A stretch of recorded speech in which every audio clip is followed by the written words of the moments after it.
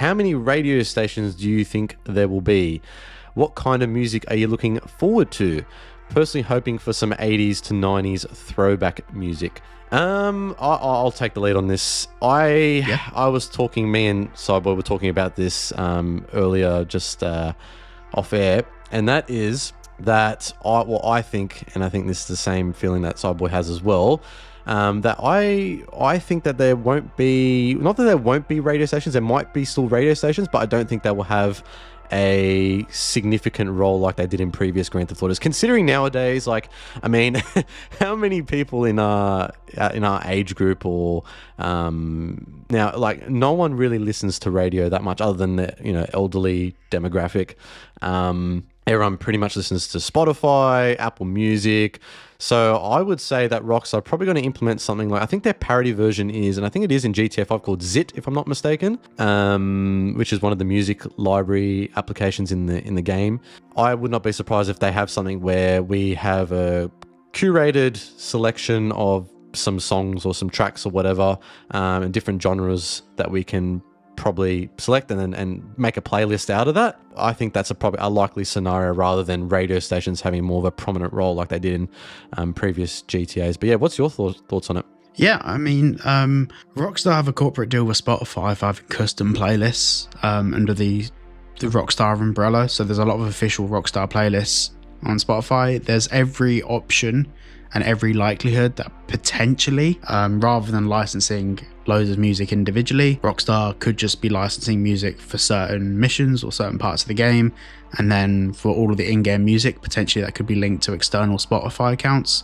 Spotify would make a load of money off Spotify subscriptions. Rockstar wouldn't have to pay licensing fees, but they would, but the licensing fees they'd have to pay wouldn't be as extreme because people listening to the radio in the game or the music in the game would directly translate to Spotify listens. I personally think that that's like, you know, I wouldn't say likely circumstance, but that is the one that makes the most sense to me at the moment. Also, we haven't seen a lot of news about Rockstar licensing music in mass. We've seen like a few bands here and there, like Heaven 17 talk about Rockstar trying to license their music. But normally in the lead up to a Rockstar release, there's loads of buzz about music licensing in the media and leaks, especially from like publishing agencies for artists. So yeah, usually there's loads of information about it. In this instance, there hasn't been, which is either they're running a really tight ship and every single artist that has been contacted is dead silent, or there's something else going on with a collaboration with the streaming platform. I don't know. Yeah, that's exactly right. We just have to wait and see, really. But yeah, I think it'll be pretty cool if Rockstar do implement something along those lines. But yeah, what about the second part of the question?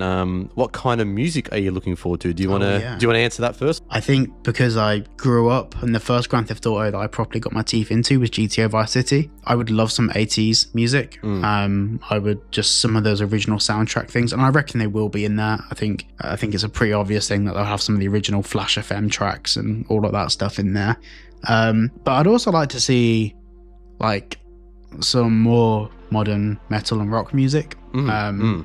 Just like there's a lot of bands that I've been getting into over the past few years, and you know, every single GTA soundtrack has mainly been relevant to the location of what's popular, but not necessarily relevant to the players of what's popular. Like there's a lot of tracks where like GTA Vice City brought a lot of 80s music back into the charts again, because there's a lot of songs that people resonate with the 80s, but it actually wasn't that big in the 80s. So a lot of the songs in GTA Vice City were 80 songs that were popular in the UK in the 80s, but they weren't as popular overseas in the US or wherever it might be.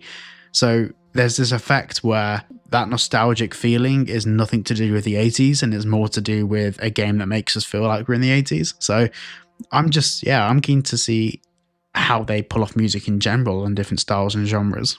Yeah, I can't wait to see. I think them, giving us some throwback 80s music, I think is something that they're going to probably do, and I can't wait to see it. But for me personally, I'd like to see some rock, even punk rock or whatever.